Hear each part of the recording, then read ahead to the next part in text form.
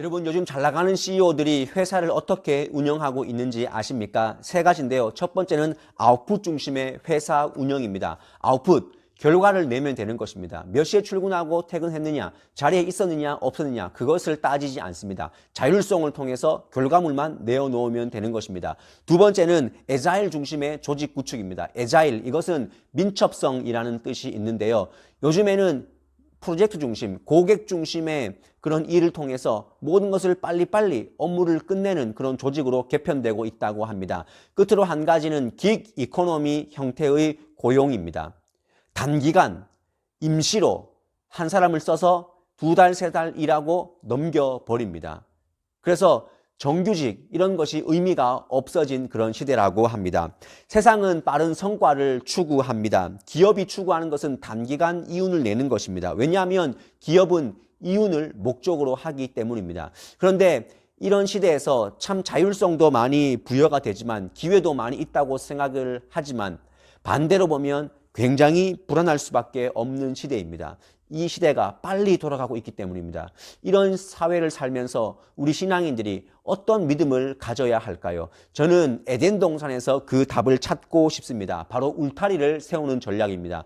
여러분, 에덴 동산의 그 에덴은 기쁨입니다. 그래서 기쁨의 동산이 에덴 동산입니다. 그런데 보면 동산이라는 이 뜻, 이 동산은 나지막한 언덕을 우리가 상상하기 쉽지만 언덕이 아니라 그것은 바로 울타리가 있는 정원이라는 그런 뜻이 있습니다. 그러니 하나님께서 우리에게 에덴 동산을 주셨을 때 울타리가 있는 그런 곳이 바로 에덴 동산이라는 것입니다. 여러분, 왜 하나님께서 울타리를 쳐 주셨겠습니까? 그것은 보호하심의 목적이 있습니다.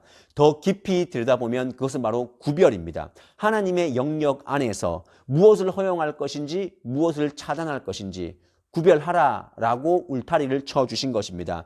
우리가 누구의 울타리에 속해 있느냐, 그것은 굉장히 중요합니다. 여러분, 소속이 없으면 외로운 법입니다. 소속이 없으면 방황하게 됩니다. 그래서 에덴에서 인간이 방출되었다는 것, 이것은 매우 가슴 아픈 이야기입니다. 중요한 것은 하나님이 이 오리지널 디자인, 이 에덴의 울타리를 회복하는 것이 우리 인생의 기준을 회복하는 것이라고 오늘 분명히 말씀하고 있다는 것입니다. 우리는 세상이 경쟁한다고 해서 무작정 경쟁해야 되는 사람들이 아닙니다. 세상의 성공이 좋다고 해서 그 성공을 무작정 따라가서는 안 됩니다. 하나님의 영역 안에서, 하나님의 울타리 안에서 하나님의 것과 세상의 것을 잘 구별하여서 우리는 따라가야 한다라는 것입니다. 여러분, 물질의 주인이 하나님이십니다. 그리고 우리 생명의 주인이 하나님이시고 또 우리 시간과 재능의 주인도 하나님이십니다. 그것을 아는 사람은 그 하나님의 울타리의 영역을 넘어서지 않습니다. 그래서 우리가 한 주간 살면서 돌아볼 수 있어야 합니다. 내가 울타리가 무너진 삶은 아니었는지, 인간미가 없고 사랑도 없고 무작정 남을 밟고 올라서려고 하는 그런 삶은 아니었는지, 똑같이 험담하고 똑같이 미워하고 똑같이 비교하고 오로지 성공을 위해서 살아가고 있지는 않는지 돌아보시기를 바랍니다.